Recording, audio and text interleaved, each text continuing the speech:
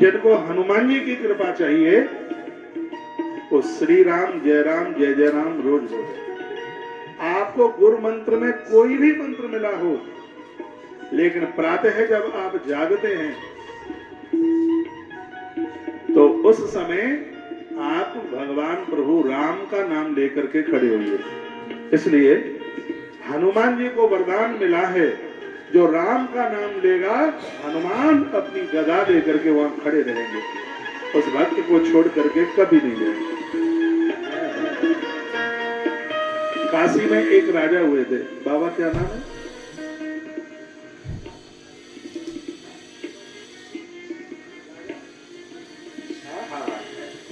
काशी में एक राजा हुए। 2 मिनट में इस कथा को पूरा करूंगा। माई जी अब बैठ जाइए, दोबारा खड़े हो जाएंगे। राजा सुकंठ, भगवान प्रभु राम जी का वनवास पूरा हो गया था। राम जी का वनवास पूरा हो गया था तो सुकंठ भगवान के दर्शन करने के लिए अयोध्या जा रहे थे, तो रास्ते में नारद जी मिल गए। नारद जी ने पूछा कहां जा रहे हो? तो सुकंठ ने कहा भगवान का 14 वर्ष का वनवास पूरा हुआ है, प्रभु के दर्शन करने के लिए जा रहा हूं, उन्हें प्रणाम करूंगा। तो नारद जी ने कहा कि वहां गुरुदेव वशिष्ठ बैठे होंगे, क्या उनको भी प्रणाम करोगे? अरे उनको तो करना है, गुरु जी है। माताओं को भी प्रणाम करोगे? क्या उनको भी करना है। लखन भरत को कहा उनको भी करना है। अरे तो वहां वो एक विश्वामित्र और बैठे होंगे, क्या उनको भी प्रणाम करोगे? तो सुकंठ ने कहा उनको तो सबसे पहले करूंगा। कहा क्यों? कहा वो क्रोधी महात्मा है, उनको प्रणाम करना जरूरी है। नारद जी ने कहा सबको प्रणाम करना, विश्वामित्र को न करना। तो सुकंठ बोला ऐसा क्यों? कहा प्रश्न नहीं करते, बस हमने बोल दिया कि विश्वामित्र को नहीं करना।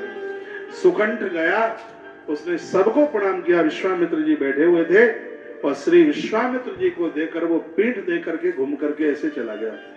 तो भरे दरबार में जब सबको प्रणाम किया गया और विश्वामित्र को छोड़ दिया तो उन्हें तो क्रोध और आंख में आंसू, दोनों चीजें। खड़े हो गए, कहा राम अब हम तुम्हारे दरबार में कभी नहीं आएंगे, यहाँ साधुओं का अपमान हो रहा है।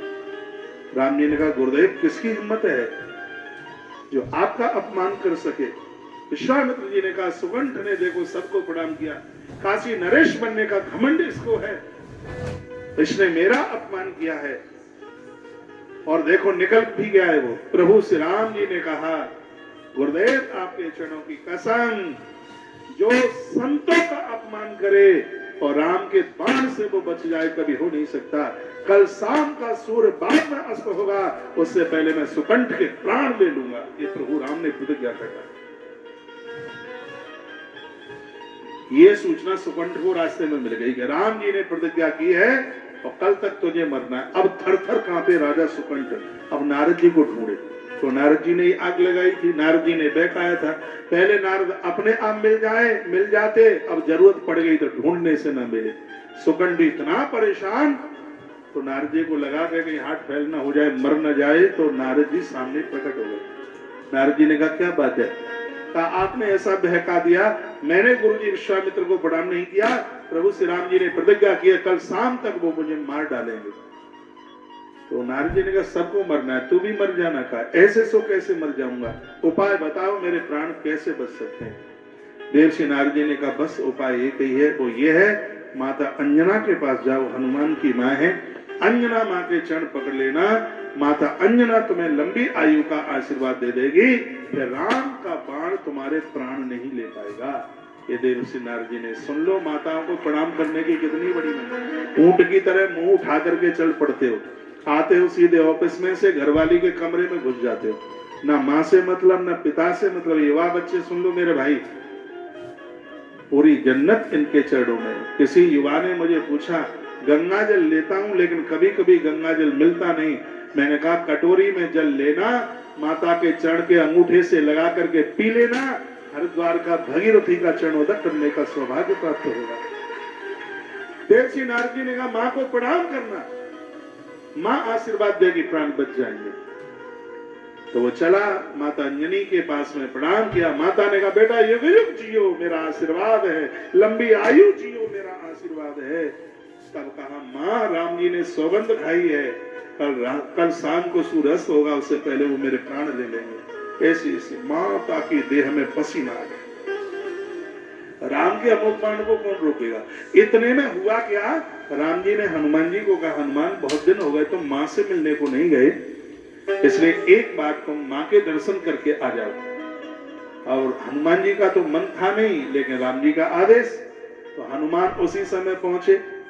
जिस समय मैया ने आशीर्वाद दिया उसी समय हनुमान पहुंचे। हनुमान जी ने प्रणाम किया, मैया जी ने हनुमान को उठाया, अंक में भरा और कहा, बेटा हनुमान कैसे हो।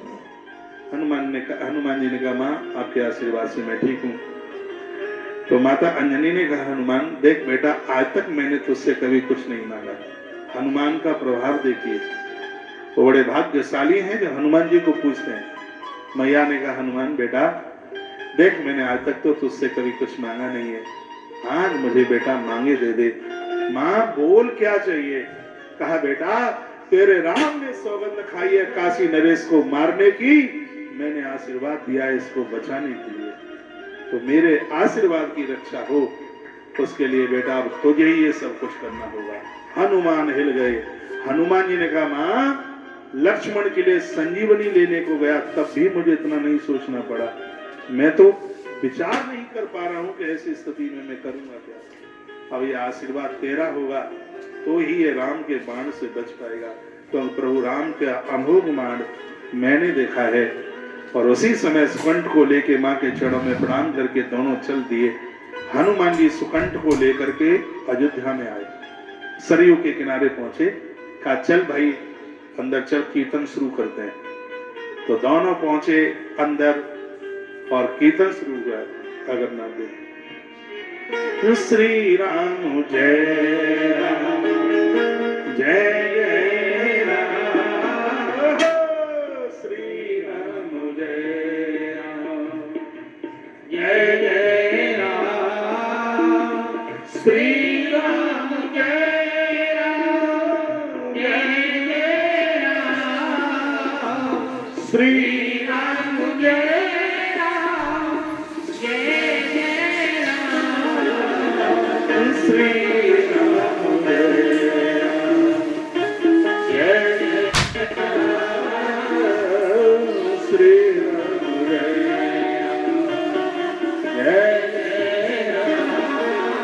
कीर्तन चल रहा है।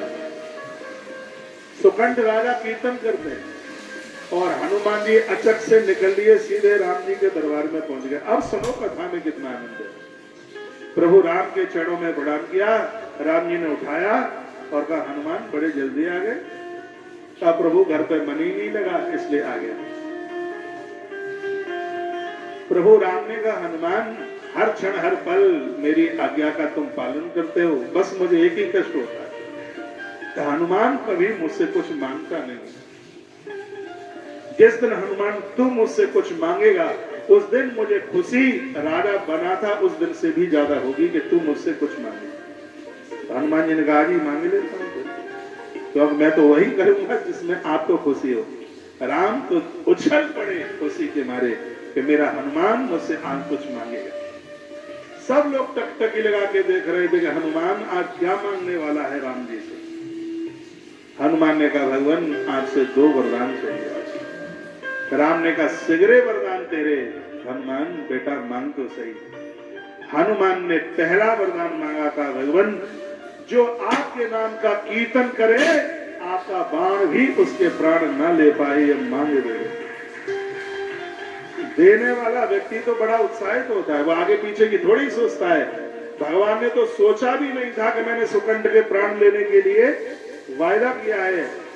और भगवान प्रभु राम ने हाल ही कह दिया कि हनुमान तूने वरदान मांगा, ये वरदान मैंने दिया, जो मेरे नाम का उच्चारण कीर्तन करेगा, औरों की तो छोड़िए मेरा भी बाण उसके प्राण नहीं ले पाएगा, मैंने दे दिया।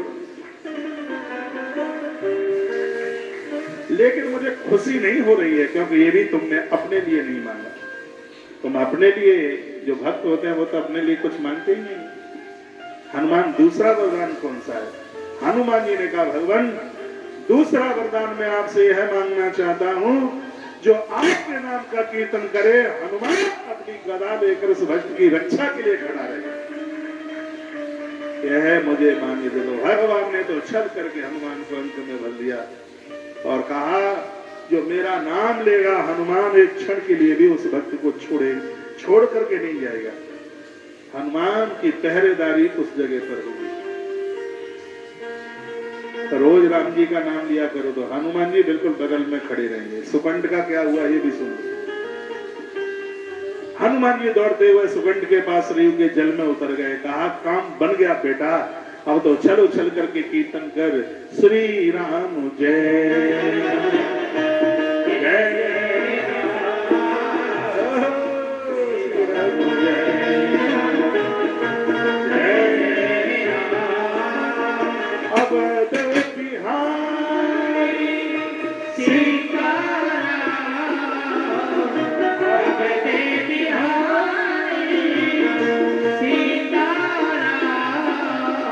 संकट मोचन श्री हनुमान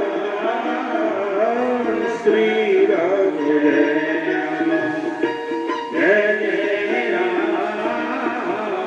इधर संध्या का सूरज अस्तांचल की तरफ जाने लगा। श्री विश्वामित्र जी ने कहा कि प्रभु आपने बोला था सुकंठ के प्राण लेने के लिए, आप अपना वचन भूल गए। प्रभु राम जी ने कहा गुरु जी नहीं भूला।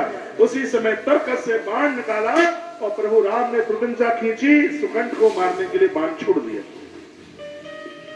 लेकिन वहां क्या हुआ, बाण गया लेकिन बाण हनुमान जी और सुकंठ की परिक्रमा लगा करके प्रभु राम जी के तर्कस में प्रवेश कर गया।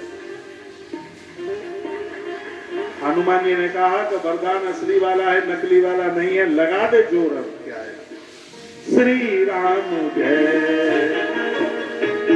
जय जय राम, श्री राम जय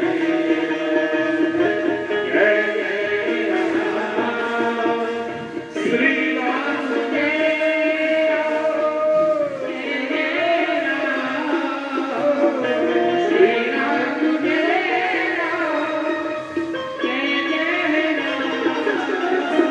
श्री राम श्री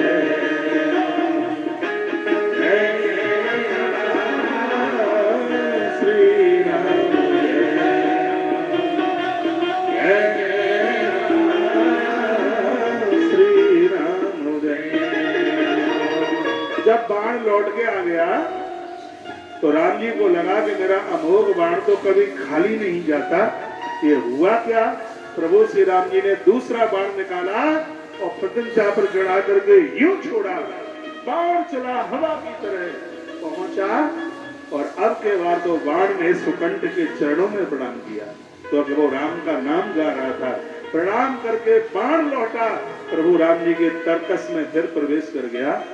भगवान ने सिर पकड़ा के हुआ क्या, मेरा बाण कभी खाली नहीं जाता, और दो दो बाण वापस आ गए। तब हनुमान जी ने कहा जानकी मैया का नाम भाई और लगा इसमें, श्री राम जय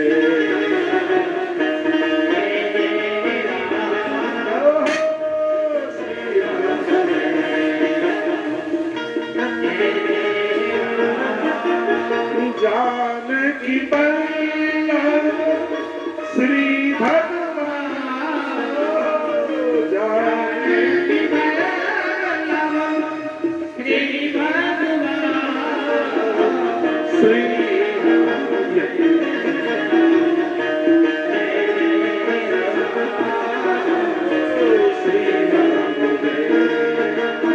कीर्तन चलता है और दो बाण वापस आ गए। प्रभु सोचने लगे हुआ क्या। उसी समय भगवान ने तीसरा बाण निकाला सुकंठ को मारने के लिए, प्रत्यंचा खींची। उसी समय गुरुदेव वशिष्ठ सामने आए। गुरुदेव वशिष्ठ ने कहा राघव जरूर कोई न कोई कारण है, मैं जानता हूँ तुम्हारा बाण निष्फल नहीं हो सकता, और दो बाण निष्फल हुए हैं, जरूर इसका कोई कारण है। राम बाण मत चलाना, इसका पता लगा करके मैं अभी लौट के आता हूँ। तो गुरुदेव वशिष्ठ चले पता लगाने के लिए बाण निष्फल कैसे हो गया। तो जैसे अवन से बाहर निकले तो सरयू के किनारे पर जैसे ही पहुंचे तो देखा पानी की लहरों में से आवाज आ रही थी, क्या, श्री राम जय जय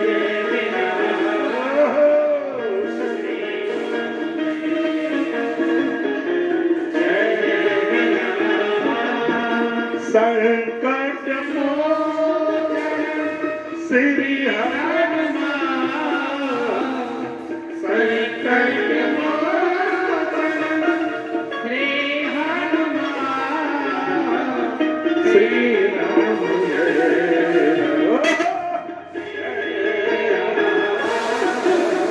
श्री राम जय राम। वशिष्ठ पानी के अंदर धंस गए और कहा अच्छा हनुमान ये सब करामात तुम्हारी है। तुम्हें पता है कि राम के 2 बाण निष्फल हो गए, ऐसा तुमने क्यों किया? इतने में नारद जी प्रकट हो गए और नारद जी ने कहा ये हनुमान ने नहीं, ये हमने किया। अब वशिष्ठ और नारद का आपस में वार्तालाप हुआ। वशिष्ठ जी ने नारद जी को कहा कि ये सब क्यों ऐसा हुआ? तब देवर्षि नारद जी ने कहा कि दुनिया में लोग राम का प्रभाव तो जानते हैं, राम के नाम का प्रभाव नहीं जानते। आज हम जगत को बताना चाहते हैं कि प्रभु राम के नाम का कितना प्रभाव है। तो ये दोनों महात्मा आपस में बात कर रहे थे। इतने में हनुमान जी ने सुकंठ को कहा चल काम अब बनेगा, चल विश्वामित्र जी के चरण पकड़ लेना, क्योंकि इन बाबाजियों को क्रोध थोड़ी देर के ही लिए आता है। ये तो बहुत सीधे बड़े सरल होते हैं। सुकंठ को लिया हनुमान जी ने और कहा पकड़ ले पान को, खड़ा है महात्मा सामने। सुकंठ विश्वामित्र जी के चरणों में गिर पड़े, कहा गुरुदेव गलती हो गई, हम आपसे माफी मांगने के लिए आए हैं, हमें क्षमा कर दो। लपक करके से विश्वामित्र जी ने सुकंठ को छाती से लगा लिया, कहा राम तुम्हें मेरी सौगंध है, चढ़े हुए धनुष पर बाण को उतार दो। सुकंठ तो बहुत बढ़िया आदमी है। ये है हनुमान। हनुमान कैसे काल के गाल से भक्तों की रक्षा करते हैं। तो हनुमान पूरे जगत को कहना चाहते हैं जो राम का नाम लेगा उसको मैं कभी भी छोड़ करके नहीं जाऊंगा, उसके पास खड़ा रहूंगा अपना वज्र अपनी गदा लेकर के। इस ग्रंथ के माध्यम से मैं आपको निवेदन करना चाहूंगा, बड़े वहीं आ जाइए, ये मानव शरीर बड़े भाग्य से मिला, बड़े भाग्य। यही तो चल रही थी गदा।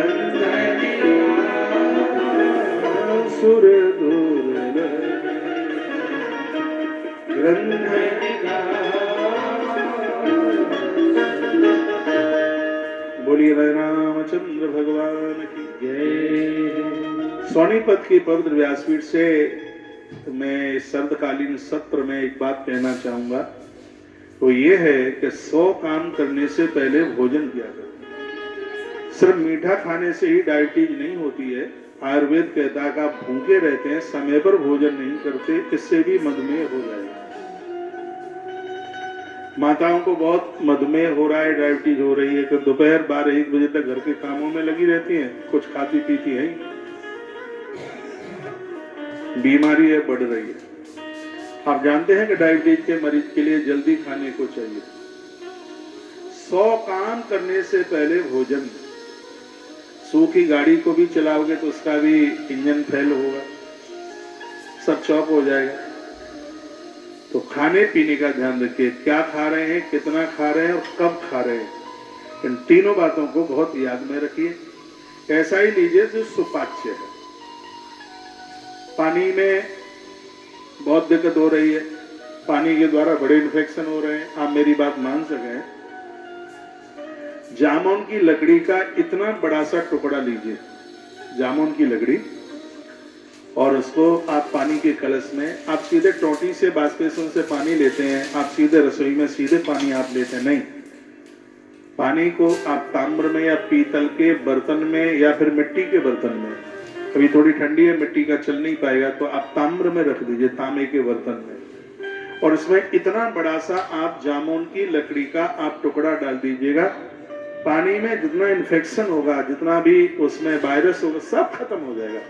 ऐसी जामुन की लकड़ी है, 1,00,000 वर्ष तक भी इसमें से गंध नहीं आती, इसमें से दुर्गंध नहीं आती, इसकी विशेषता है। जितनी भी नाव बनाई जाती है, स्टीमर बनाए जाते हैं, पानी के जहाज बनाए जाते हैं, उसमें जामुन की ही लकड़ी लगाई जाती है, क्योंकि लकड़ी में से दुर्गंध आएगी तो पानी की स्थिति गड़बड़ हो जाएगी। एक ऐसी जामुन की लकड़ी है जिसमें लाखों साल तक पानी में डली रहे, ये कभी सड़ती नहीं है, जलती नहीं है। जामुन की लकड़ी का पानी पियोगे तो फेफड़े कभी गलेंगे नहीं, अंदर का तंत्र हमेशा मजबूत रहेगा। जैसे नींबू के द्वारा आपका बर्तन चमक जाता है, जामुन की लकड़ी का पानी पियोगे तो आपका अंतस बिल्कुल दमक जाएगा, चमक जाएगा। ये जामुन का तो डायबिटीज के मरीज के लिए तो जामुन का फल किसी वरदान से कम नहीं है। तो सतम व्याय भोक्तव्यम, बहुत ध्यान से सुनिए, और देखो मैं तो श्लोक बोल करके प्रमाण के साथ बात कर रहा हूं। सतम व्याय भोक्तव्यम, 100 काम करने से पहले भोजन करें। वो तो आप कर ही लेते होंगे, कर ही लेते हैं, लेकिन भोजन से भी पहले क्या जरूरी है वो भी सुन लो। भोजन से पहले जरूरी है सहस्रम स्नान माचरेत, 1000 काम करने से पहले स्नान कीजिए। उसके पेट में कभी गैस नहीं बनेगी जो नहा करके अन्न खाएगा। दूध चाय वगैरह जो आप लेते हैं वो बिना नहाए आप ले सकते हैं, लेकिन जब अन्न की बात आती है, अनाज की बात आती है, तो आप नहा के ही लीजिए। क्यों नहा के लीजिए, क्यों लीजिए? इसके लिए आयुर्वेद कहता है कि जैसे आप स्नान करते हैं उसी समय आपका जठर खुल जाता है। जठर में अग्नि प्रकट होती है, उसको जठराग्नि कहते हैं। आप कभी भी अनुभव करके देखिए, 12-1 बजे तक आप अखबार पढ़ते रहेंगे और दुनिया की बातें करते रहेंगे, भूख प्यास कुछ नहीं लगती, और जैसे आप नहा करके निकलते हैं तो घरवाली को कहते हैं भूख लगी है, अब नाश्ता पानी भोजन जो भी लेते हैं तैयार करें। तो स्नान करने के तत्पश्चात हाल ही जठर खुलता है, और अग्नि जिस समय जल रही हो, धौंकनी में फिर आप डालें रोटी दाल जो भी सब्जी आप लेते हैं, तो वो सीधा का सीधा पचता है। और आप बिना नहाए खाते हैं तो पचता नहीं है, वो सड़ता है अंदर। खट्टी खट्टी डकारें आप लेते रहते हैं, जिससे आप बीमार हो जाते हैं। मल निकलता नहीं है, पलीते लगाते रहते हैं, कभी चाय के द्वारा, कभी कैसे।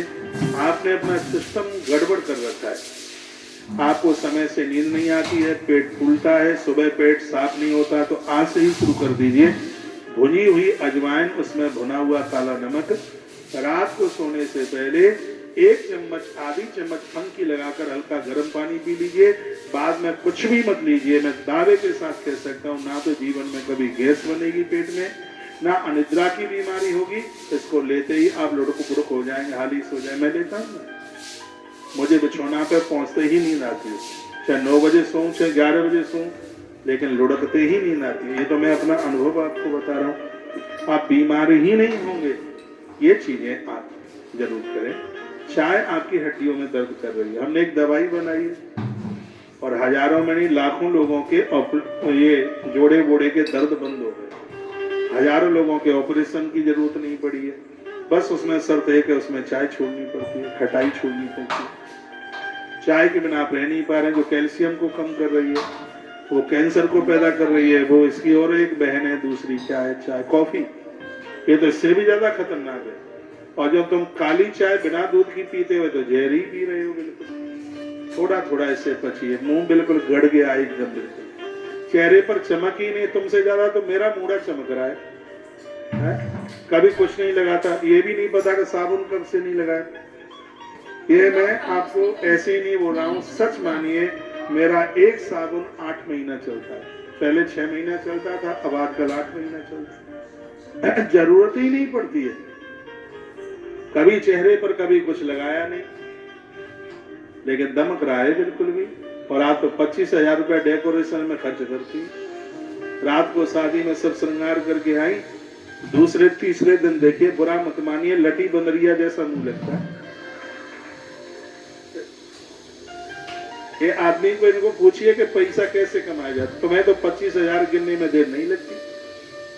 चेहरे पर चमक आएगी, समय से जागिए, समय से सोइए और ठीक से खाइए और क्रोध मत कीजिए। क्रोध से लकड़ी जल जाती है तो तुम बिना जले कैसे मान जाओगे? हैं? ये बिल्कुल ऐसा खतरा का घंटा बजा रहे हैं आप, ऐसा बिल्कुल भी मत कीजिए। अपने घर को स्वर्ग, आप वृंदावन जाते हैं कि नहीं जाते हैं? वृंदावन का मैं तो जाना है। वृंदावन कैसे कहना, आप अयोध्या जाते हैं, जब से प्राण प्रतिष्ठा हुई है तब से तो इतनी भीड़ है अयोध्या में। आप काशी भी जाते हैं। काशी का मतलब है आपके घर में करुणा होनी चाहिए, अयोध्या का मतलब है आपके घर में सत्य होना चाहिए, और वृंदावन का मतलब है आपके घर में प्रेम होना चाहिए। तो ये यात्रा सार्थक नहीं, कुछ नहीं होगा। वृंदावन प्रेम की भूमि है, अयोध्या सत्य की भूमि है। भगवान करे आप में ऐसे लोग बैठे हैं जो ज्वाइंट फैमिली के साथ जी रहे हैं। अपने सत्य को अलग मत होने देना, नहीं तो ज्वाइंट फैमिली में जब व्यापार संग संग होता है तो कुछागिरी होती है कि कुछ इसमें से खींच लो, बाद में काम में आएगा। ये भी सोच लीजिएगा, चोरी का माल मोरी में जाता है, फेफड़े फाड़ के बाहर निकलता है। आज है ईमानदार बनिए। ईमानदार का मतलब है 1000 माला के मनके में दमकता हुआ हीरा, डायमंड ऐसे समझ लीजिए। ईमान कोई चीज है, कभी जो जरूरत है मांग करके ले लीजिए। चोरी की क्या जरूरत है भाई? चोरी नहीं करनी है। और जो जीवन में, परिवार में, संगठित परिवार में कभी चोरी नहीं करता, उठा धराई नहीं करता, उसका घर अवध बन जाता है, अयोध्या बन जाता है। और जहां अवध तहां राम, और जहां अयोध्या वहां राम जरूर है। तो सत्य की स्थापना अपने घर में कीजिए, पहला सूत्र। दूसरा है कि सीधा वृंदावन प्रेम की भूमि है। प्रेम ही भगवान कृष्ण के रूप में प्रकट हुआ है। आप वृंदावन जाते हैं और परिवार में प्रेम नहीं है, सास बहू में प्रेम नहीं, भाई भाई में प्रेम नहीं, बाप बेटे में आत्मीयता नहीं, तो क्या हुआ वृंदावन जाकर के? पहले अपने घर को वृंदावन बनाइए। चूल्हे चौके से अलग हो गए, कोई फर्क नहीं पड़ता, वो एक व्यवस्था है। कोई रोटियां अलग अलग हो गई हैं, कोई दिक्कत नहीं, लेकिन मन से कभी अलग मत होना। जो भी कोई फंक्शन होता है, जो भी कोई उत्सव होता है, तो बिना बुलाए जाइए, नहीं तो फिर अपनत्व की फिर क्या बात रही? फिर भाई काट दे तब जाना होगा। इतनी आत्मीयता होनी चाहिए, ये प्रेम का साम्राज्य घर में हो। और तीसरी बात है करुणा। काशी में महादेव रहते हैं। करुणा का मतलब है कि आपके जो अपने हैं, आपसे जो जुड़े हुए हैं, उनके ऊपर आपकी दया का भाव, उनके प्रति आप द्रवित भूत हो। कर्पूर गौरम करुणावतारम। काशी शंकर की भूमि है और शंकर करुणा के अवतार है। काशी जाकर के होगा क्या? आपके पास धन है और आपका भाई परेशान है। किसी ने मुझे पूछा, महाराज जी छोटे भाई की बिटिया की शादी थी और मैं छिप करके उसकी शादी में 1.5 लाख रुपया लगा के आ गया। मैंने कुछ बुरा तो नहीं कर दिया। मैंने कहा तुम मुझे 1.5 लाख रुपया दे जाते तो उससे तुम्हें इतना पुण्य नहीं मिलता जितना कि तुमने अपनी भाई की बेटी के विवाह में सहयोग किया है। आपने इतना पुण्य किया है। और ये तो चोरी भी करके ये कर दें तो भी ये साहूकारी है बिल्कुल। शंकर जी ने कहा और हूं एक कहूं निज चोरी। चोरी भी कैसी होनी चाहिए, ये हमारे ग्रंथों ने इस बात का वर्णन किया। और आप अमीर हैं, आपके भाई के पास कुछ है नहीं और आप उसके सहयोगी न बने, तो फिर काय की काशी की यात्रा है? काशी की यात्रा तो कहती है आपकी करुणा का सावन बरसता रहे। महादेव का महीना 12 महीनों में से सावन विशेष है। जैसे पानी बरसता है सावन में सबसे ज्यादा शंकर की कृपा बरसती है, उसी प्रकार से इन मानवों के ऊपर, मनुष्यों के ऊपर आप काशी जाते हैं तो इसका मतलब है कि काशी के भगवान को हृदय में विराजित कीजिए, करुणा का रूप अपने। आप यहाँ नौकर चाकर रहते हैं, उनके साथ व्यवहार ठीक। देखो, इनको ज्यादा अपने पास बैठाओगे तो भी दिक्कत है और खूंखार से बात करोगे तो भी दिक्कत है, छोड़ छाड़ करके चले जाएंगे। और ज्यादा पास बैठाओगे, गलबैया डाल करके बैठोगे तो भी दिक्कत है, वो फिर तुम्हारा आदर मान नहीं करेगा। तो उसको ऐसे बीच के हिसाब से जीवन जीने की आपको कोशिश करनी है जिसमें सर्व प्रकार से तीनों चीजें आपके पास बनी रहे, सत्य भी रहे, प्रेम भी रहे और करुणा भी रहे। तो फिर समझिए इससे बड़ी और तीर्थ यात्रा क्या हो सकती है। मैं वहीं लेके आ रहा हूं आपको। शतम व्याय भोक्तव्यम, 100 काम करने से पहले भोजन, तो 1000 काम करने से पहले स्नान। सर्दियां शुरू हो गई हैं, रोज नहा के आ रहे हो हैं? सर्दियों में कभी कभी तो 15 दिन के एब्सेंट लग जाए। अभी तो कुछ दिनों के बाद में सूर्य भगवान भी नहीं दिखेंगे। हरियाणा, पंजाब, यूपी के कुछ भाग में तो ठंड पड़ती ही ज्यादा है, तो स्नान तो रोज ही करना। मैंने एक वीडियो डाली है कि गर्म पानी स्वास्थ्य के लिए कितना हानिकारक है, कितना हानिकारक है गर्म पानी, और वो भी उबलते हुए पानी से, और उसमें फिर ठंडा पानी ऊपर से मिलाते, देखो मरने के काम किए जा रहे हैं। इससे 3 बीमारी होती हैं, एक का नाम है वात, एक का नाम है पित्त और एक का नाम है कफ। आप गर्म पानी से नहाते हैं तो उसमें ठंडा मत मिलाइए, लेकिन तुम्हारी तो बाल्टी में दोनों टोटी एक संग चलती है।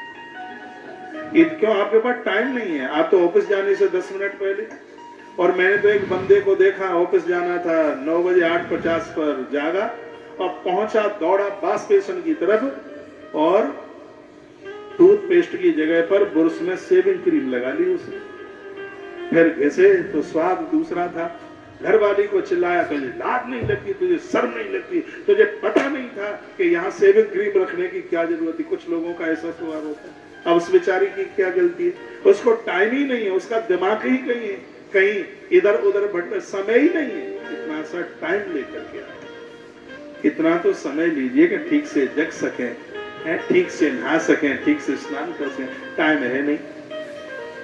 इतना टाइम लीजिए कि बाल्टी में अपने आप वह पानी थोड़ा सा कुनकुना हो जाए, उसमें ऊपर से मिलाना ही ना पड़े। ऐसे पानी से आप नहाइए, वो आपके स्वास्थ्य के लिए बहुत ज्यादा लाभदायक है। जो गर्म और ठंडा मिला करके जो आप नहाते हैं, इन्फेक्शन ही नहीं होता, शरीर में झुर्रियां बहुत जल्दी पड़ जाती हैं। जो इसमें जो चिकनापन है जो चर्बी में, वो खत्म हो जाता है बिल्कुल से। आपने सरसों नारियल तेल लगाने की आदत ही आप भुला गए। पहले के लोग इतने मजबूत थे, तो सरसों का तेल हफ्ते में 1 आध बार आप लगाइए, बॉडी से लेकर के तलवे तक लगाइए। ये तो वो है जो सब आयुर्वेद में लिखा है। तेल तो बहुत है, लेकिन 3 तेल के बराबर चौथा है ही नहीं कोई। नंबर 1 सरसों का तेल, नंबर 2 आंवले का तेल, और नंबर 3 नारियल का तेल। नारियल 3rd वाले नंबर पे आता है, पहले नंबर पर सरसों का तेल आता है। सरसों के तेल की बड़ी महंगा, सब भूल गए क्योंकि आप तो अमीर है ना। सोनीपत में तो बहुत धनवान लोग रहते हैं। आज मैं एक गली में निकला, और बड़े बड़े मकान, बड़े बड़े भवन बने। आप सरसों का तेल कैसे लगा लेंगे? मैं आपको टंच नहीं कर रहा हूँ, कुनैन कड़वी तो लगती है, लेकिन मलेरिया को जड़ से खत्म करती है। मैं तो हमेशा आपके पक्ष में रहता हूँ, आप स्वस्थ जीवन जिए। आज मैंने एक बात आपको बोली है, जामुन की लकड़ी की बात। गर्भिणी नारी को चंदन की लकड़ी का पानी पिलाइए, गर्भिणी नारी को 24 कैरेट के सोने का पानी पिलाइए। अपांग विकलांग नहीं होगा उधर में बच्चा। क्या आप नहीं करेंगे तो कौन करेगा?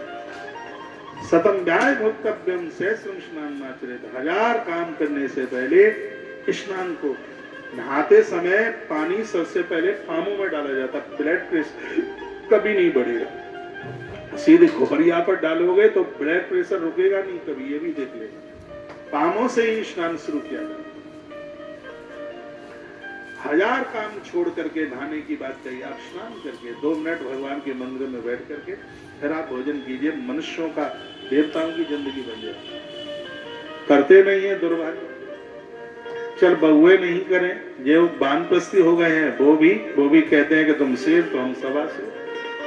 ऐसा ही हो रहा है। कंपटीशन में तो आजकल सास बहू सोती है, कंपटीशन में फिर देखेंगे उसमें से कंबल में से अभी सूर तो दिखाई नहीं है, सूरजमुखी बन गए हैं सबके सब। बूढ़ी माता है, तुम जल्दी जागोगे तो अच्छे माता पिता की ये बेटियां, इतनी तो नाक के ऊपर लाज आएगी, ये खड़ी हो जाएंगी तुम्हें देख करके। लेकिन तुम सुसक करके धरे रहो उसमें कंबल में, फिर कहो बहू अभी जगी नहीं, तो वो तो फिर तो कैसा जवाब देगी? मैं क्या बोलूं उसके लिए। तो लक्ष्यम व्याय दातव्यम। अगली बात सुनिए, 100 काम करने से पहले भोजन, 1000 काम करने से पहले स्नान, और 1,00,000 काम करने से पहले दान। दरवाजे पर कोई आया है, रामलीला वाले आते हैं, चंदा मांगने वाले आते हैं, कभी कभी तो ऐसे खुना करके। अब इस गली में हम ही रह गए, दिल्ली उसकी बात थी, दिल्ली में वो कौन सा बदरपुर है दिल्ली में, उधर ही पड़ जाता है यूपी वाली सड़क पर। तो वहां रामलीला होती थी। तो ये चंदा मांगना बड़ा कठिन है, बहुत ज्यादा कठिन है। मैं गुजर रहा हूं इससे, इसलिए मुझे पता है। वैसे मैं किसी के दरवाजे पर जाता नहीं मांगने के लिए, भगवान की बहुत बड़ी कृपा है। कभी किसी को फोन भी नहीं करता कि आप गौशाला के लिए इतना भेज दीजिए, नहीं तो हमें देख करके लोग किवाड़ बंद कर लेंगे, कहा बचो बचो चंदा वाला बाबा आ गया। तो ये तो करना नहीं है, ये फिर भी बड़ा कठिन काम है चंदे का। तो नई नई रामलीला की कमेटी का गठन हुआ, 5, 7, 25 आदमी इकट्ठे हुए और उस सेठ के यहाँ पर पहुंच गए, जो पहुंच गए। चंदा मांगने की भी बड़ी कला होती, उन्होंने तो जाते ही रसीद बुक दे दी, सेठ जी 5100 रुपया चाहिए। सेठ जी फुनफुना गए, कहा तुम्हें इस गली में मैं ही दिखाई देता हूं, जो आए कभी जागरण वाला, कभी रामलीला वाला, नाक में दम कर दिए, कभी खाटू श्याम वाला, सब लोग इधर ही चले आते हैं। अब वो पहले तो कभी चंदा मांगने के लिए गए नहीं, वो पहला ही दिन था और वो भी शब्द सुनने को मिला। उन्होंने कहा सेठ जी आप गर्म ना हो, आपकी चर्चा हो रही थी कि तुम इतने धनी अमीर आदमी हो, तुम्हारे यहाँ सबको मिलता है। यह सुनकर के हम चले आए, वो तो लोगों की आंखों में आंसू आ गए। उन्होंने तो पहले कभी सुना नहीं, लेकिन हमें क्या पता था कि आजकल तुम रोटियों के लिए तबाह हो रहे हो। हमें पता होता तो हम आते ही नहीं, हम तो तुम्हारी गली में झांक करके नहीं देखेंगे। वो आदमी लज्जित हो गया और जिसके पास खूब धन था, मैं कहूंगा आवे अतिथि द्वार पर करो सकल सम्मान, ना जाने किस देश में आ गया भगवान, पता नहीं कौन से। ये दुनिया में क्या कोई धनवानों की कमी है क्या? ईश्वर जिसका चुनाव करता है वही भगवान के काम आता है। 10 बीघा में गुलाब लगा दो तो जरूरी नहीं है 10 बीघा के गुलाब माला बन के भगवान के गले में पहुंच जाएंगे। तो कोई कोई फूल भाग्यशाली है जो माला बनकर ठाकुर जी के कंठ तक पहुंचते हैं, और तो झड़ झुड़ू करके वहीं खत्म हो जाते हैं। संसार एक बगीचे की तरह है, कोई कोई मानव रूपी पुष्प भगवान के काम आता है, नहीं तो कहां कैसे लोग मर जाते हैं, खत्म हो जाते हैं। इसलिए लक्षण ध्यान जा सकते हैं, लाख काम करने से पहले देने की भावना रखिएगा। दाता तो भगवान होता है, दाता का हर कार्य भगवान करता है, कर्ण कैसा भी रहा हो, लेकिन कर्ण का अंतिम संस्कार भगवान ने अपने हाथों से किया। एक बात और मैं सुना दूं जो आपने नहीं सुनी हो। एक बार अर्जुन ने कहा भगवान मेरे भैया युधिष्ठिर से भी बढ़कर आज तक तुम्हें कोई दानी मिला? आप दान दें अच्छी बात है, दान का घमंड आ जाए तो पतन हो जाएगा, दिक्कत हो जाएगी। युधिष्ठिर भैया से बड़ा, उनके यहां से कोई खाली नहीं जाता। भगवान ने कहा सूत पुत्र कर्ण, मेरी निगाह में उससे बड़ा इस युग में कोई दानी नहीं है। भगवान बोले द्वापर युग में मुझे उससे बड़ा कोई दानी देखता नहीं। अर्जुन का दुश्मन था तो अर्जुन को तो बड़ा बुरा लगा। तो भगवान बात मेरे गले नहीं उतरती का, नहीं उतरती तो चल मेरे संग। तो दोनों ने ब्राह्मण का वेश बनाया, सबसे पहले युधिष्ठिर की सभा लगी थी, युधिष्ठिर के दरबार में पहुंचे और कहा राजन ऐसे ऐसे हम एक यज्ञ करने के लिए जा रहे हैं और उसमें चंदन की लकड़ियों की जरूरत है, आप हमें कुछ चंदन की लकड़ियों की संविदा की आप व्यवस्था करा। तो युधिष्ठिर ने कहा हमें एक 24 घंटे की मोहलियत दी जाए। 24 घंटे बाद लेने वाले फिर पहुंच गए। कहा चंदन की लकड़ी। युधिष्ठिर ने कहा कि पानी ज्यादा गिर रहा है, पानी बहुत ज्यादा गिर रहा है, यहां तक कि उनका भवन चंदन की लकड़ियों का बना हुआ था। युधिष्ठिर ने कहा पानी बहुत ज्यादा गिर रहा है, इसलिए हमारे पास चंदन की व्यवस्था नहीं है, यदि हमसे ही दान लेना चाहते तो अगली साल करा लेना। ये धर्मराज युधिष्ठिर ने बोला। भगवान ने कहा कोई बात नहीं है, हमारा यज्ञ तो मुहूर्त में ही होगा। भगवान ऐसा कह के भेद छिपा के आए थे और वहां से निकले सीधे कर्ण के यहाँ पहुंचे। कर्ण बैठा था, सूर्य भगवान को अर्घ दे करके बस उसने लोटा रखा ही था। इतने में भगवान और अर्जुन दोनों ब्राह्मण वेश बना के पहुंचे। सबसे पहले तो कर्ण ने परात में भगवान के चरण धोए और उसके बाद मत्था रख के फिर कहा मेरा बड़ा भाग्य है, मेरे दरवाजे पर आज 2 ब्राह्मण देवता सुबह ही सुबह आए हैं, मैं आज बड़ा खुश हूं, मुझे आज सूर्य पूजा का फल मिल गया है, आपका आगमन कैसे हुआ मुझे आदेश करें। पानी गिर रहा था बड़ी जोर से। तो भगवान श्री कृष्ण बोले कर्ण हम एक यज्ञ, अब कर्ण को पता भी नहीं था कि ये भगवान आए। भगवान बोले दानवीर हमने तुम्हारा नाम बड़ा सुना है और हम एक यज्ञ करने के लिए जा रहे हैं पानी इतना ज्यादा गिरा है, लकड़ियां सब गीली हो गई हैं, लकड़ी कहीं मिल नहीं रही और हमारा मुहूर्त निकल रहा है, हम आपसे चंदन की लकड़ियां दान में लेने के लिए आए थे। कर्ण ने कहा बस इतनी सी बात है, ये तो हमारे लिए बहुत बड़ी बात है। तो धनुष बाण ऐसे रखे थे। कर्ण ने धनुष बाण उठाए और अपने घर के किवाड़ और चौखटों को तोड़ने में लग गया। इतने बाण चलाए कि भवन में जितनी चौखटें वो सब निकाल डाली, जितने किवाड़ थे वो सब निकाल डाले, क्योंकि वो सब चंदन के थे। कहा हे ब्राह्मण देवता, ये लकड़ियां, ये चौखट, किवाड़ सब चंदन के हैं। मेरा भाग्य है कि आज आपके काम आएगा। मैं अभी पहुंचा देता हूं कौन सी जगह इनको भेजना है। भगवान की आंख में आंसू आ गए। भगवान ने कहा इतना कीमती महल तुमने किवाड़ और चौखटें तोड़ डाली। कर्ण रो पड़ा। कर्ण ने कहा ये तो सब बनता बिगड़ता रहेगा, लेकिन आज मुझे यज्ञ में चंदन की लकड़ियों का दान करने का सौभाग्य मिला। ये कभी द्वारा ये मौका नहीं मिलेगा। भगवान उसी समय अपने भेष में प्रकट हो गए। आकाश से दुनिया फूलों की वृष्टि होने लगी। तो दाता तो इस दान की महिमा, ऐसी मृत्यु तो औरों को भी नहीं मिली, पांडवों को भी नहीं मिली। भगवान ने, जहां ये करनाल है यही पवित्र स्थान है। कर्ण का भगवान ने अंतिम संस्कार अपने दाहिने हाथ पर उसको रख करके प्रभु ने अपने हाथों के ऊपर संस्कार किया। इतनी सी बात मैंने आपको इसलिए सुनाई है कि दाता तो बहुत अमीर होता है, दाता तो भगवान का बहुत अपना खासन खास होता है। तो लक्षण विहाय दाता, लाख लाख काम करते हुए सबसे पहले देना सीखिए। दी कोटिन तत्ताम हरे स्मृत, करोड़ काम करने से पहले भगवान का स्मरण कीजिए, भगवान का नाम लीजिए। मैं अपनी पवित्र व्यासपीठ से भक्तों के लिए बहुत तालियां बजाता हूं जिन्होंने इस आयोजन में गौ माता के लिए सहयोग किया। आज काफी श्रोता नए हैं। मुझे कहा जा रहा था सोमवार है, पता नहीं वर्क डे है, कोई आएंगे कि नहीं आएंगे। मैंने बोला जो कल आए वो जरूर आएंगे।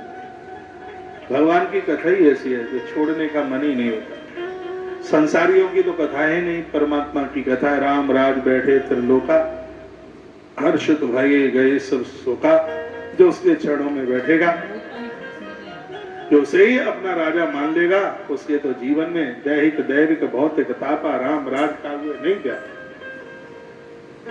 कोई दुख उनके जीवन में आवेगा ही नहीं। ईश्वर को कभी भुलाना नहीं है। निमंत्रण मैं आपको देता हूं, जब भी आप वृंदावन आए तो एक बार गौतीर्थ तुलसी तपोवन गौशाला जरूर पधारिए। दुनिया की एक अद्भुत गौसदन गौशाला बन रही है, जिसमें बहुत आने वाले कम समय में 1 लाख गाय और 25,000 नंदी एक ही छत के नीचे, उनका आप दर्शन करेंगे। 250 बीघा जमीन में एक विशाल निर्माण चल रहा है।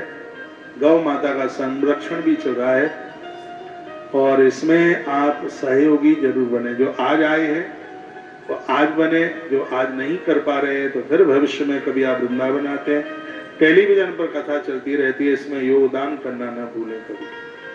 गौतीर्थ तुलसी तपोवन गौशाला भक्तों से 21,000 रुपया लेकर के मेंबर बना रही है और 1,000 कमरे का आश्रम बन रहा है। जब भी आप वृंदावन आएंगे कार्ड आपके पास होगा, वहां रहने को। वृंदावन तो इतना महंगा है, 5,000 रुपए में भी कमरा ना मिले, ऐसी स्थिति हो गई है। उसी के लिए 1,000 कमरे का, बिल्कुल हाईवे पर इधर से उतरोगे तो सबसे पहले वह मिलता है आश्रम। 2025 में उसका उद्घाटन जरूर आइएगा, इसलिए तो पहले से मैं आया हूं कि ये सूचना भी सुना के आ जाऊं। तो आप उस समय आप जरूर पधारिए। जब भी वृंदावन में आते हैं तो यहाँ रहने के लिए सौभाग्य प्राप्त होगा। कल मैंने सोनीपत से एक उद्घोषणा की है, वो यह है कि वर्ष में 12 महीने होते हैं। आप 12 महीनों में सहयोग न कर पाए तो 12 महीने में 1 महीना कोई ऐसा आप चुनाव कर लें जिसमें एक गौ माता के लिए आप सहयोग कर सके। एक घर का एक मेंबर सहयोग कर रहा है तो 1 महीने की 30 दिन की पूरी गौ माता की सुबह से लेकर के शाम तक का भोजन, पूरी खुराक कितनी है? 2500 रुपया। कुछ भी नहीं है इतने बड़े कार्य के लिए। पति पत्नी दोनों कर रहे हैं तो 5,000 रुपया का सहयोग है उसमें, और आपका ये छोटा सा सहयोग लाखों लाखों गौ माता के प्राणों को बचा देगा। पानी बाड़े नाव में, घर में बाड़े दाम, दोनों हाथ उलीचना यही सज्जन का काम। बाहर कार्यालय लगा हुआ है, जो भी आप सहयोग करते हैं उसकी रसीद जरूर दीजिए।